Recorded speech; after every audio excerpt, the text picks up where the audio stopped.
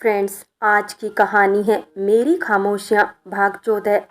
पिछले भाग में आपने पढ़ा, राजीव हर समय खुशी को देखने के लिए तरह तरह के बहाने खोजने लगा।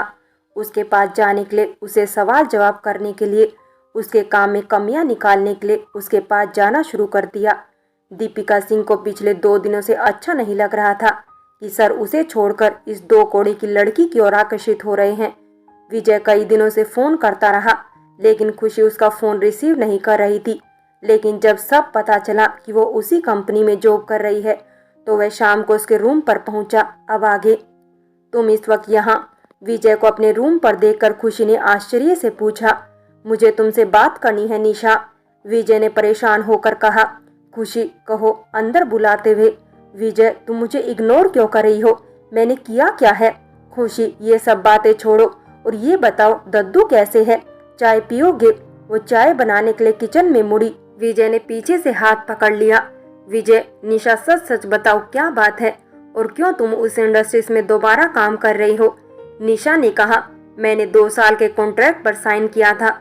अगर मैंने जाने से मना किया तो मुझे जेल हो जाएगी। विजय, कुछ नहीं होगा तुम्हें, मैं हूं ना। उनकी सारी धोखेबाजी और चालाकी समझ में आ रही है मुझे। मैं तुम्हें अब नहीं जाने दूंगा वहां पर। निशा, देखो, मुझे मेरे हाल पर छोड़ दो। तुम्हारा बहुत एहसान है मुझ पर, मैं और नहीं ले सकती। प्लीज विजय, मुझसे दूर रहो, वरना एक दिन तुम भी अंधकार में चले जाओगे। राजीव तुम्हें नहीं छोड़ेंगे। विजय ने कहा, हम शादी कर लेंगे निशा, तुम्हें बहुत दूर ले जाऊंगा यहाँ से। विजय ने उसका हाथ पकड़कर थामने की कोशिश की। निशा ने कहा, विजय हाथ छोड़ो, मैं शादीशुदा हूँ। वो हाथ छुड़ाने लगी। विजय, तो क्या हुआ, कोई फर्क नहीं पड़ता मुझे, मुझे बस तुम चाहिए। निशा ने कहा, तुम जानते क्या हो मेरे बारे में विजय? विजय ने कहा, कुछ नहीं जानना मुझे कोई फर्क नहीं पड़ता तुम्हारे अतीत से। मुझे सिर्फ आज में जीना आता है निशा, बस आज में, और मेरा आज तुम हो निशा। बस करो, निशा रोते हुए बोली। I am a marital rape victim. सुन रहे हो, मेरे 2 बच्चे हैं, चिल्लाते और रोते हुए वो बोली। विजय ने कहा, ये क्या कह रही हो निशा तुमने पहले क्यों नहीं बताया? उस राजीव की मैं चुप, एकदम चुप। उन्होंने जो किया सो किया। अब मेरी बात मानोगे प्लीज? मेरे सच्चे दोस्त हो ना तुम मेरा एक कहाँ मानोगे? खुशी ने उसकी आंखों में देखकर उससे बात की। विजय ने नम आंखों से सिर हिलाया। तुम कनिका से शादी कर लो, बहुत खुश रहोगे। खुशी ने कहा, मैं तुम्हारे बिना। चुप, एकदम चुप, कुछ मत बोलो। आगे एक बात कहूँ, तुम जिससे प्यार करते हो, जिंदगी उसे नहीं, बल्कि जो तुम्हें प्यार करे, जिंदगी उसे बनाओ। हमेशा खुश रहोगे।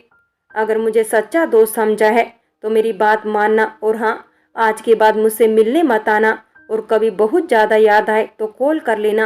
और हाँ, जाते जाते इतना ही कहूँगी, कनिका को कभी भी दर्द मत देना, वो तुम्हें बहुत ज़्यादा चाहती है। उसकी चाहत का सम्मान तुम्हारा सम्मान है। विजय के दिल में बहुत कुछ चल रहा था। वो मुड़ मुड़ कर बार बार रूम नंबर 13 की ओर देख रहा था। शायद उसे अब भी एक उम्मीद थी, कहीं निशा उसे रोक ले, लेकिन निशा ने उसे नहीं रोका। वो समझती थी, अगर मैंने आज इसे ऐसे नहीं समझाया होता तो शायद ये कभी नहीं समझ पाता। खुशी खुश हुई, कहीं ना कहीं आज उसने किसी की जिंदगी बर्बाद होने से बचा ली। इधर राजीव खुशी को अपने साथ रखने के लिए नए नए हथकंडे अपना रहा था। कभी वो उसे किसी ऑफिस मीटिंग के लिए बाहर लेके जाता, तो कभी उसके साथ रहने के लिए फ्लैट ले जाता। खुशी अंदर ही अंदर राजीव के इस बर्ताव से डर रही थी। उसे हर पल यही डर लगा रहता कि वो उसके साथ कुछ गलत ना कर दे। एक बार दीपिका ने सबके सामने खुशी की बेइज्जती कर दी। उसके संबंध के बारे में कई किस्से सुनाए।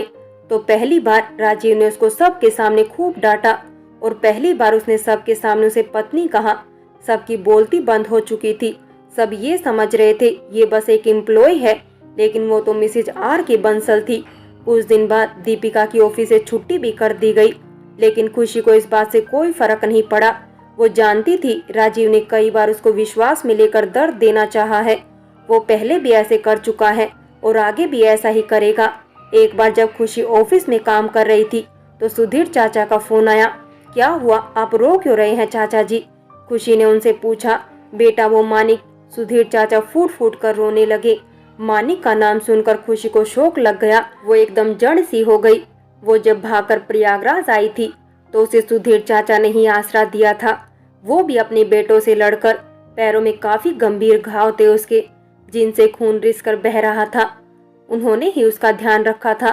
खुशी जीना नहीं चाहती थी। वो आदमी जिस पर उसे सबसे ज्यादा भरोसा था, उसने उसको बहुत तड़पाया था। कभी कभी तो वो पागलों जैसी हरकत करने लगती थी।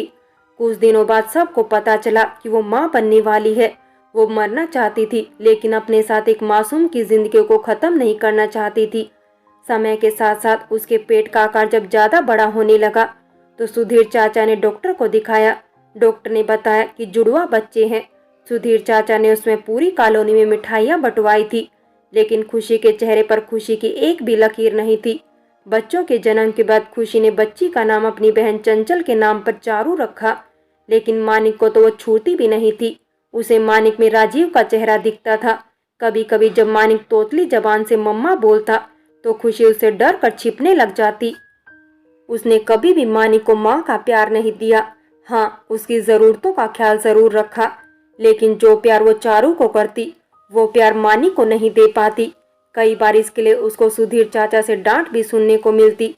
सुधीर चाचा के शब्द ने उसे झकझोर दिया। मानिक को हॉस्पिटल में भर्ती कराया गया है। डॉक्टर ने कहा है उसके शरीर की रोग प्रतिरोधक क्षमता कम हो गई है। उसके इलाज के लिए 50,000 रुपये चाहिए। खुशी के कानों ने जब ये बात सुनी तो उसके हाथ से फोन छूट गया। वो दीवार पर सिर टिकाकर बैठ गई। आज उसे न जाने क्यों मानिक की याद आने लगी। अपने दूध मुँहे बच्चे को एक बार भी सीने से नहीं लगाया था उसने। उसके पिता की गलती की सजा उसे क्यों दी मैंने। एक बार भी उसे दूध तक ना पिला सकी। नहीं, मैं मानिक को कुछ नहीं होने दूंगी। अपने बच्चे को कुछ नहीं होने दूंगी मैं। उसने रोते हुए चाचा को दोबारा फोन किया। चाचा, आप चिंता मत करिए, मैं पैसों का इंतजाम जल्द ही करूंगी। आप उनसे कहिए कि वो उसका इलाज शुरू करे। मैं इतने सारे पैसे एक साथ कहाँ से लाऊं? मेरे पास तो बहुत कम सेविंग्स है। मुझे यहाँ कोई जानता भी नहीं है। विजय, नहीं, मैं उससे मदद नहीं ले सकती। वो गलत समझने लगेगा। हाँ, ऑफिस से मुझे एडवांस मिल सकता है। वो टैक्सी लेकर उसी रात ऑफिस पहुंची। सब घर जा चुके थे। वो रोते हुए वापस आने के लिए मुड़ी। फिर उसे राजीव का ख्याल आया। राजीव मेरी मदद नहीं करेंगे, वो मुझे नहीं समझेंगे। एक बार उनसे बात करूं क्या? नहीं, वो मुझे कमरे में बंद करवा देंगे, उस अंधेरे कमरे में। और वो बिलख उठी। आज से पहले उसने खुद को इतना असहाय नहीं पाया था। उसे इस दुख की घड़ी में अपनी पुरानी दोस्त संध्या का ख्याल आया। उसने 3 सालों बाद उसे फोन किया। उस समय वो ससुराल में थी। रिंग जा रही थी। हेलो, मैं संध्या बोल रही हूँ। आप कौन? उधर से आवाज आई। संध्या, मैं खुशी। तुम कहाँ हो? कितने सालों बाद फोन किया। जानती हो सब कितने परेशान है तुम्हारे लिए। मैंने और राजीव ने तुम्हें कहाँ कहाँ नहीं ढूंढा। हेलो खुशी, सुन रही हो? खुशी ने उधर से कोई जवाब नहीं दिया, बस कुछ सिसकियां आ रही थी। क्या हुआ खुशी? बताओ मुझे, क्या बात है? मैं मदद करूंगी तुम्हारी। क्या परेशानी है, बोलो। संध्या ने जोर देते हुए कहा। खुशी बोली, संध्या, मेरा बेटा मानिक बहुत मुसीबत में है। उसके इलाज के लिए मुझे 50,000 रुपये चाहिए। मुझे कैसे भी पैसे दे दो, मैं बाद में लौटा दूंगी। तुम कहाँ हो खुशी? संध्या ने पूछा। मैं लखनऊ में हूँ। मेरी 2 साल की एक बेटी चारू और बेटा मानिक है इलाहाबाद में सुधीर चाचा के पास में। प्लीज कुछ करो ना संध्या। खुशी अपने आंसू रोक नहीं पा रही थी और यही आंसू संध्या को बेचैन कर रहे थे। खुशी का फोन स्विच ऑफ हो गया। संध्या ने वापस कॉल किया, लेकिन फोन लग नहीं रहा था। संध्या ने उसी समय राजीव को कॉल किया और उसे सारी बात बताई। राजीव को खुशी पर बहुत गुस्सा आ रहा था। उसने इतनी बड़ी बात कि उनका बच्चा है उससे छुपाई। राजीव ने इलाहाबाद पहुंचकर वहां अपनी पूरी ताकत लगा दी। सभी सिटी हॉस्पिटल्स ढूंढे। आखिर में उसे मानिक और सुधीर चाचा के बारे में इंफॉर्मेशन मिल ही गई। उसने मानिक का इलाज करवाना शुरू करवा दिया और जल्द ही मानिक को होश भी आ गया। सुधीर चाचा पहली बार खुशी के पति को देखकर खुश हो गए। आज उन्हें ये पता चला कि खुशी का पति अपने बच्चों से बहुत प्यार करता है। लगभग 2 साल की चारू को राजीव ने अपनी बाहों में भर लिया। आज उसे एक बाप बनने की जिम्मेदारी समझ में आई।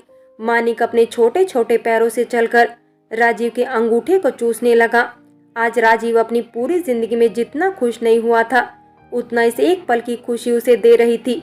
वो दोनों को प्यार करने लगा। तभी राजीव का फोन बजा। उस पर डॉक्टर बत्रा का फोन आ रहा था। कहिए डॉक्टर साहब, कैसे याद किया?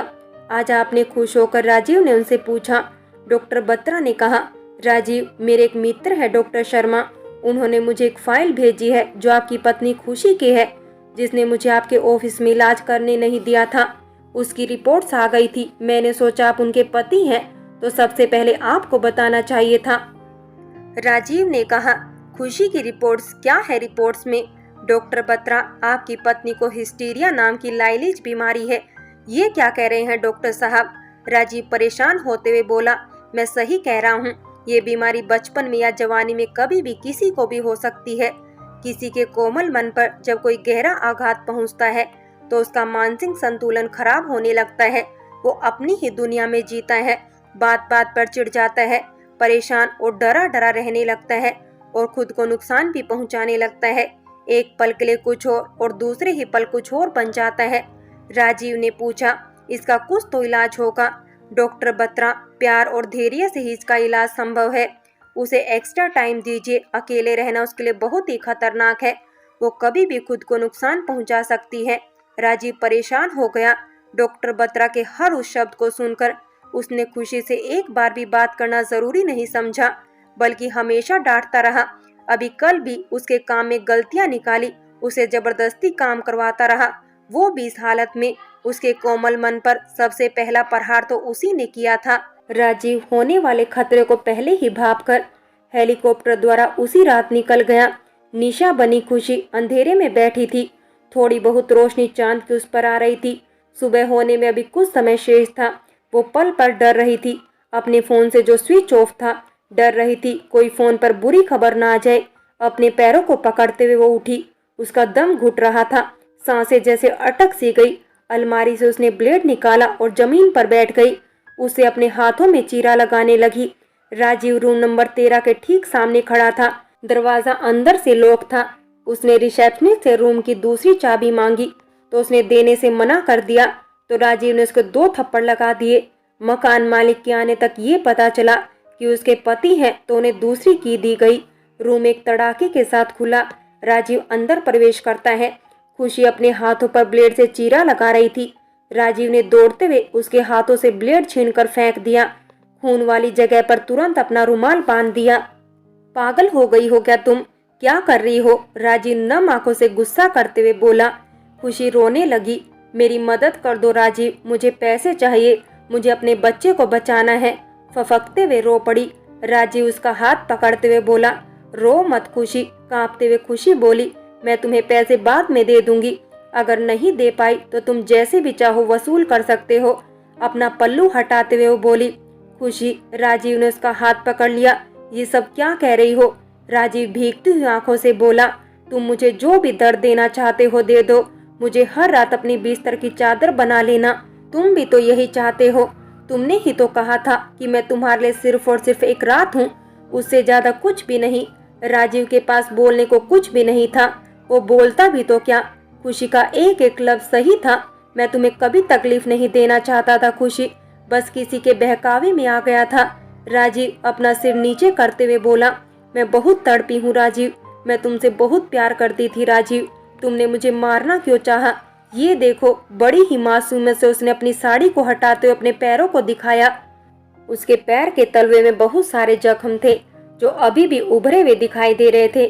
खुशी ने आगे बोलना शुरू किया, मैं तुम्हारी हर मार सह लेती, लेकिन उस रात 3 साल पहले स्टोर रूम में राजीव जब अपनी मर्जी पूरी कर स्टोर रूम से बाहर आया, उसी वक्त उसकी माँ का फोन आया था। राजीव के पिता हॉस्पिटल में एडमिट थे तो उसकी माँ ने जल्द ही उसे घर पर बुलाया। राजीव ने विकास को फोन करके कहा कि वो उसकी कंपनी में 3-4 दिनों के लिए लीव एप्लीकेशन डाल दे। वो अभी ही घर से निकल रहा है। विकास ने उसे पूछा, खुशी का क्या किया तुमने? उसे सबक सिखाया या नहीं? राजीव ने कहा, उसकी वो हालत की है, कई दिनों तक अपना चेहरा किसी को नहीं दिखा पाएगी। राजीव के रात को निकलते ही विकास मौके का फायदा उठाकर राजीव के फ्लैट में जा घुसा। अंदर खुशी बदहवास पड़ी हुई थी और रोते हुए राजीव के दिए गए जख्मों पर दवा लगा रही थी। हेलो खुशी मैम, कैसी हैं आप? विकास मुंह फाड़कर हंसता हुआ बोला, तुम यहाँ क्या कर रहे हो? खुशी उठते हुए बोली। अभी उसके पैरों की रस्सियां पूरी तरह खुली भी नहीं थी और वो गिर गई। विकास बोला, राजीव ने कहा है मैंने अपना काम कर लिया है, अब वो जो चाहे कर सकता है। एक गंदी हंसी हंसता हुआ वो बोला। विकास के ऐसा कहने पर खुशी डर गई और वो भागना चाहती थी, लेकिन विकास ने उसे पकड़ लिया और बेड पर बांधने लगा। खुशी ने अपने पैरों से उसकी छाती पर जोर का लात मारा और वो नीचे गिर गया। अभी खुशी हेल्प के लिए चिल्लाने ही वाली थी, उसने खुशी के मुंह को बंद कर दिया और एक सुनसान जगह पर ले जाकर उसे एक अंधेरे कमरे में बंद कर दिया। बहुत अंधेरा था वहां पर। राजीव बहुत ध्यान से खुशी की बात सुन रहा था और रुक रुक कर बोल रही थी, विकास ने मेरे पैरों को बांधकर उस पर कोड़ों से बहुत मारा। ये देखो, आज भी बहुत तकलीफ देता है। 2 दिनों तक उसने मुझे बंद करके रखा था, मुझे पानी तक पीने को नहीं दिया था उसने। एक रात मैं बचते बचाते वहां से भाग गई। प्रयागराज में वहीं पर मुझे पता चला कि मैं प्रेग्नेंट हूँ। राजीव, तुमने ऐसा क्यों किया मेरे साथ में? मुझे अब हर रात से डर लगता है, हर गरजने वाले बादलों से डर लगता है मुझे। तुम्हारे करीब आने से भी मुझे बहुत डर लगता है राजीव। खुशी फिर बोली, मैं चाहकर भी मानिक को माँ का प्यार नहीं दे सकी राजीव, उसे कभी अपनी बाहों में नहीं भर पाई क्योंकि तुमने मेरे साथ में। खुशी ने अपने हाथों से अपने चेहरे को छिपाकर सुबकने लगी। राजीव के दिल में विकास के प्रति जो घृणा पिछले 3 सालों से थी वो सुलग उठी। वो 3 सालों से उसका पता लगा रहा था लेकिन वो उसके हाथ नहीं आया। खुशी, मैंने विकास को नहीं भेजा था उस रात, मैं तो देवरिया चला गया था। बस गलती ये हो गई कि विकास को ये बात बता दी। मैं जानता हूँ एक पति होने का हक तो मैं खो चुका हूँ, लेकिन इन 3 सालों ने मुझे ये एहसास दिला दिया है कि प्यार तो मैं तुमसे ही करता हूँ। राजीव खुशी के चेहरे से उसके हाथ हटाते हुए बोला, तुम्हारी हर एक तड़प की सजा मैं भुगतना चाहता हूँ खुशी, मैं तुमसे बहुत प्यार करता हूँ खुशी। खुशी राजीव की आंखों में देखने लगी। उसे अब भी यकीन नहीं हो रहा था कि राजीव उससे प्यार करता है। मैंने तुम्हें इतने दर्द दिए हैं कि शायद तुम्हें मेरी बातों का विश्वास नहीं होगा, लेकिन सच यही है। राजीव खुशी के जख्मी पैरों को चूमता हुआ बोला, मैंने तुम्हें बहुत कुछ कहा है, बहुत अपमान किया है तुम्हारा, बहुत टॉर्चर किया है, लेकिन आज तक तुमने उफ तक नहीं की। राजीव की आंखों से आंसू लगातार बह रहे थे। हमारे बच्चे को कुछ नहीं हुआ है, वो ठीक है। राजीव उसके चेहरे को अपने हाथों में थाम के बोला। राजीव ने दरवाजे के पास इशारा किया। सुधीर चाचा के साथ 2 नन्हे मुन्ने बच्चे चलते हुए आ रहे थे। चारू छोटे मानी के हाथ पकड़े हुए थी। खुशी खड़ी होने लगी, लेकिन उसके सामने राजीव के होने से वो उसे टकरा गई। दोनों एक दूसरे के बिल्कुल करीब थे। राजीव ने खुशी को छोड़ दिया। मानिक अपनी तोतली भाषा में मम्मा पुकारता हुआ उसकी तरफ बढ़ रहा था। खुशी उसकी तरफ भागी और उसे कसकर अपनी बाहों में पकड़ लिया। मेरा बच्चा मुझे मिस कर रहा था, खुशी मानिक को किस करते हुए बोली। बदले में मानिक सिर्फ मम्मा बोलते हुए उसके गालों को चूमने लगा। चारू भी आकर खुशी से लिपट गई। खुशी के चेहरे पे संतुष्टि के भाव थे। वो आज जी भर के अपने दोनों बच्चों को प्यार करना चाह रही थी। राजीव दरवाजे की तरफ मुड़ा। एक नज़र खुशी को देखकर वो बाहर निकल गया। मैं खुशी के लायक नहीं हूँ। वो जब भी मेरे पास रहती है मुझे सुकून तो मिलता है, लेकिन उसका विश्वास फिर ना तोड़ दूँ, ये डर लगा रहता है अब मुझे। मैं उसे दूर रहकर ही उसे खुशी दूंगा, उसको इतना प्यार दूंगा, पिछले 3 सालों की तकलीफ भूल जाएगी वो। अपने बच्चों को एक पिता की कमी महसूस नहीं होने दूंगा। राजीव खुद पर बहुत शर्मिंदा था। मेरे दोस्त ने मेरी जिंदगी में आग लगा दी। उसकी वजह से आज मैं एक हैवान बन गया हूँ। मैं उसे नहीं छोड़ूंगा। रह रहकर उसे खुशी के पैरों के घाव याद आ रहे थे जो विकास को ढूंढने के लिए चिंगारी का काम कर रहे थे। सुबह हो चुकी थी। राजीव अभी फुटपाथ पे पान की दुकान के सामने बैठा था। सुधीर चाचा दौड़ते हुए आए और बोले, राजीव बेटा, खुशी दूध लेने गई थी मार्केट में, अभी तक नहीं आई है। राजीव फौरन अपनी गाड़ी से मार्केट पहुंचा, उस दुकानदार के पास जहां खुशी गई थी। राजीव ने उससे पूछा फोटो दिखाते हुए, मेरी बीवी यहाँ कुछ सामान लेने आई थी क्या? हाँ साहब जी, आई थी, औरत दूध लेकर चली गई। दुकानदार घबरा कर बोला, इतने घबराए हुए क्यों हो, आखिर बात क्या है? राजीव ने गंभीर होकर उससे पूछा। साहब जी, एक आदमी देर से इन्हीं मैडम को देख रहा था और जैसे ही वो गई तो वो भी उनके साथ निकल गया, लेकिन अपना फोन यही छोड़ गया। राजीव ने फौरन वो फोन दिखाने को कहा। फोन में तमन्ना नाम से कई कॉल्स पर बात की गई थी। राजीव ने अपने दोस्तों से उस नंबर को ट्रैक करने को कहा और वो नंबर विजय के घर से मिला। तमन्ना को देखकर राजीव का खून खोल उठा। उसने उसे पूछा, कहाँ है खुशी? डर के मारे तमन्ना ने खुशी का पता बता दिया और साथ ही ये भी बताया कि ये काम विकास ने किया है। राजीव जल्द से जल्द खुशी तक पहुंचना चाहता था। विकास ने खुशी से कहा, पहले से ज्यादा खूबसूरत लग रही हो। ओ माय लव, एक मौका मुझे भी दे दो जान। खुशी बोली, आज हम खुद मर जाएंगे या तुम्हें मार देंगे। विकास ने कहा, मरना तो तुझे वैसे भी है, लेकिन एक बार मेरी प्यास तो बुझा दो जान। बहुत तड़पाया है तुमने। उस रात तो भाग गई थी, आज साला किसी भी कीमत पर नहीं जाने दूंगा तुम्हें। विकास खुशी को पकड़ने की नाकाम कोशिश करने लगा। खुशी भागकर इधर उधर छिपने लगी। खुशी ने एक बड़ा सा रोड लेकर उसके सर पर मार दिया, लेकिन विकास ने उसे धक्का देकर जमीन पर गिरा दिया। विकास, तुझे फिर सबक सिखाना पड़ेगा। वो गुस्से से कुछ ढूंढ रहा था।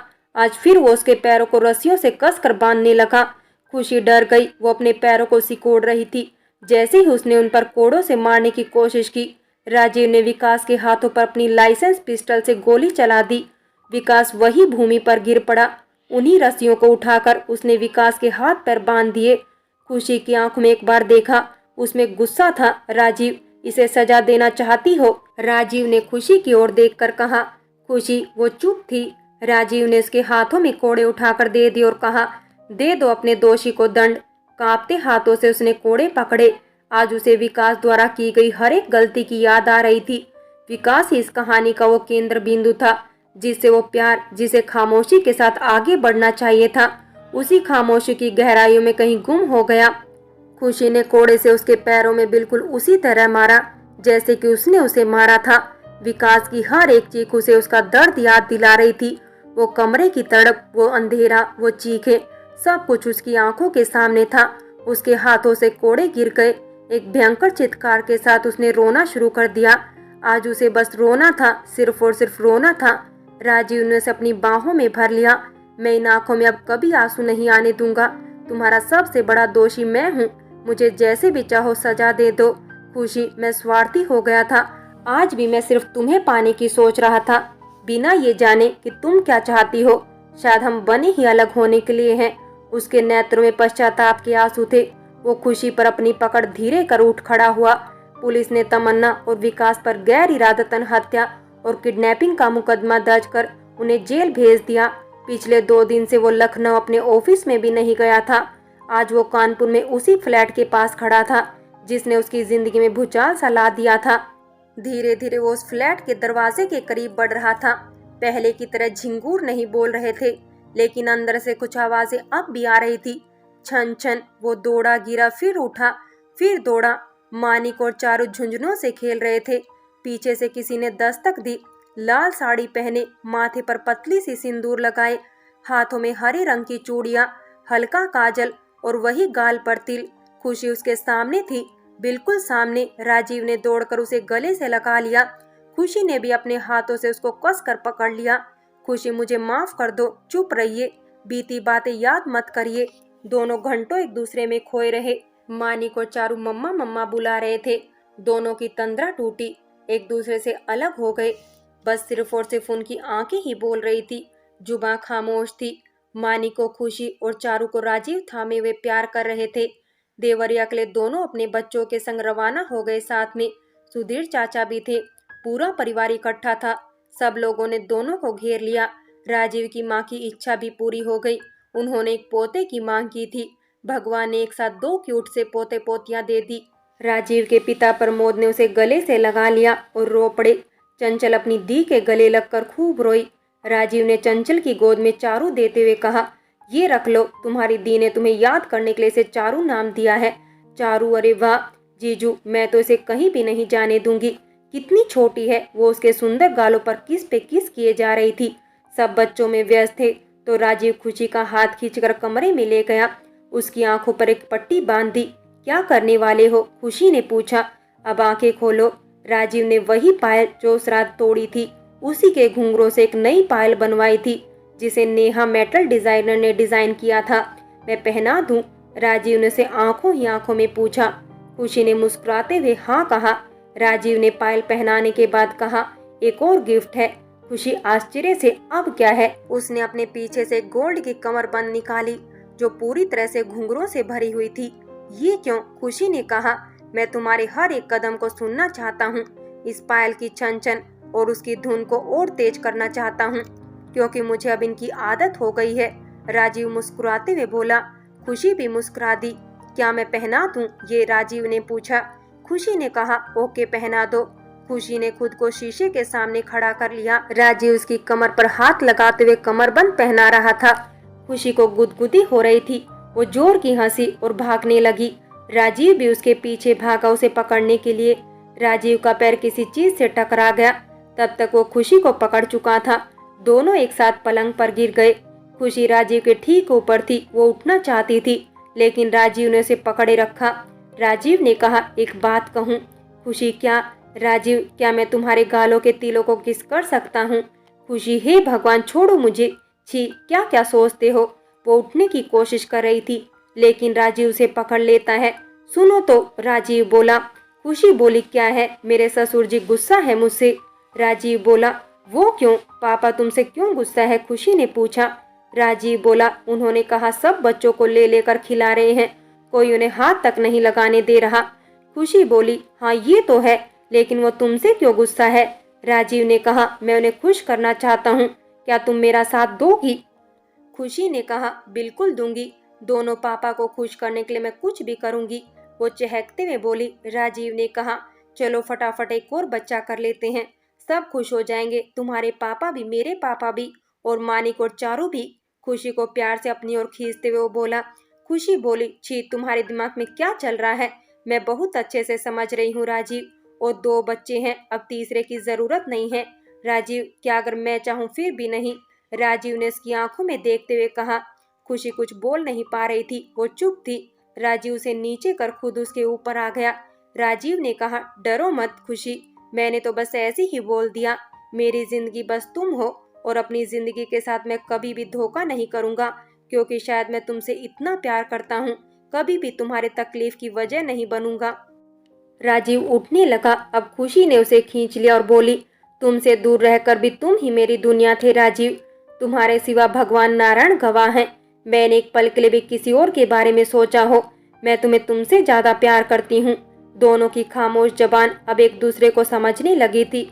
वो दोनों बहुत ही पास आ गए और सदा के लिए खो गए। एक नई जिंदगी के सफर में साथ चलने के लिए मधुर आवाजें गूंज रही थी, छन छन करती हुई।